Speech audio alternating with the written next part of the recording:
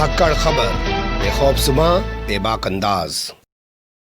धाकड़ खबर के news room से मैं आपके साथ हूं अकरम रईस खान। 2 दिनों तक चली सुनवाई के बाद सुप्रीम कोर्ट ने भले ही कृषि कानूनों के लागू करने पर रोक लगा दी और एक 4 सदस्यीय कमेटी गठित करके किसान और सरकार के बीच में एक सहमति बनाने की कोशिश की हो, लेकिन फिर भी भाजपा के नेताओं के बोल बिगड़ते ही जा रहे हैं।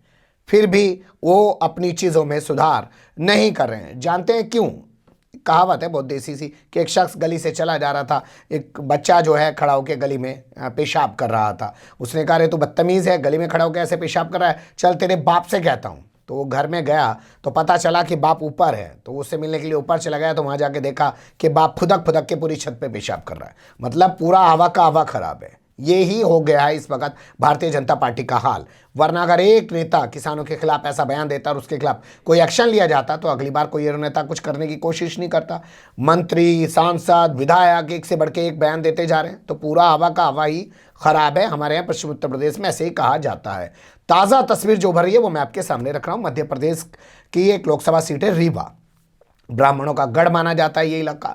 यहां से एक सांसद हैं जिनका नाम है जनार्दन मिश्रा, भारतीय जनता पार्टी के ऑब्वियसली सांसद होंगे। उन्होंने बयान दिया कि कनाडा से हो रही है फंडिंग और आंदोलन में अपराधियों को छुड़ाने की मांग की जा रही है, खालिस्तानियों के झंडे लहराए जा रहे हैं। किस तरीके से वो बोल रहे हैं, थोड़ा उन्हीं की जबानी आप सुन लीजिए।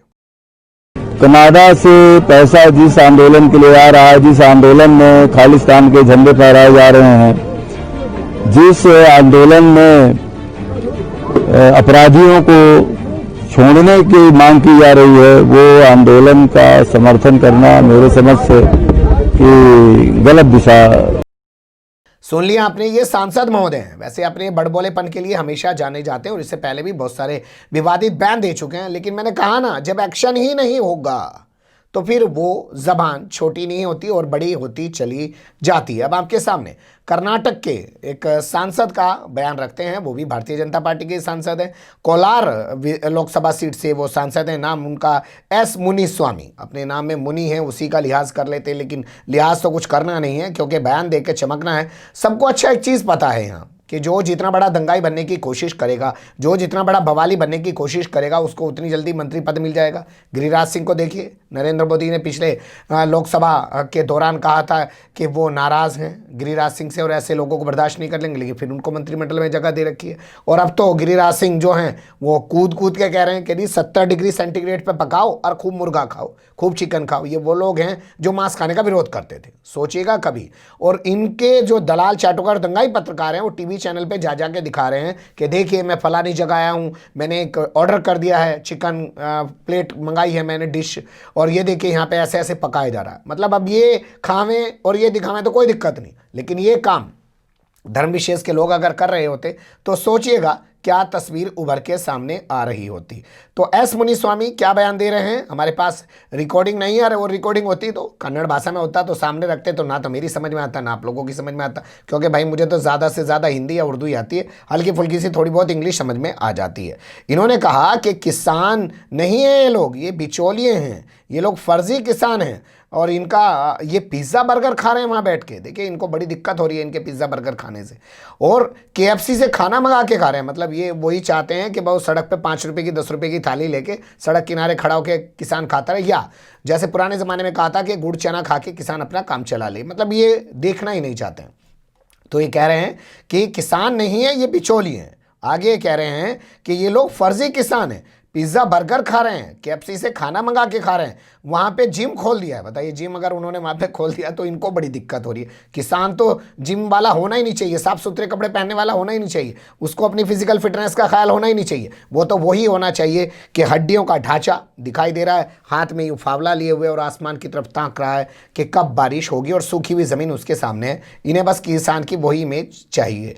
आगे कहते हैं अब ये ड्रामा बंद होना चाहिए, ये इन्होंने बयान दिया है। आपने देखा होगा, हमने डिस्प्ले पे उनकी बयान की इस कटिंग को रखने की आपके सामने कोशिश की। इसके अलावा एक खबर हमारे पास उत्तर प्रदेश से आ रही है। मुरादाबाद पहुंची यहाँ की राज्य मंत्री गुलाबो देवी। उन्होंने कहा कि भेष बदलकर कुछ लोग किसान बनकर प्रदर्शन कर रहे हैं।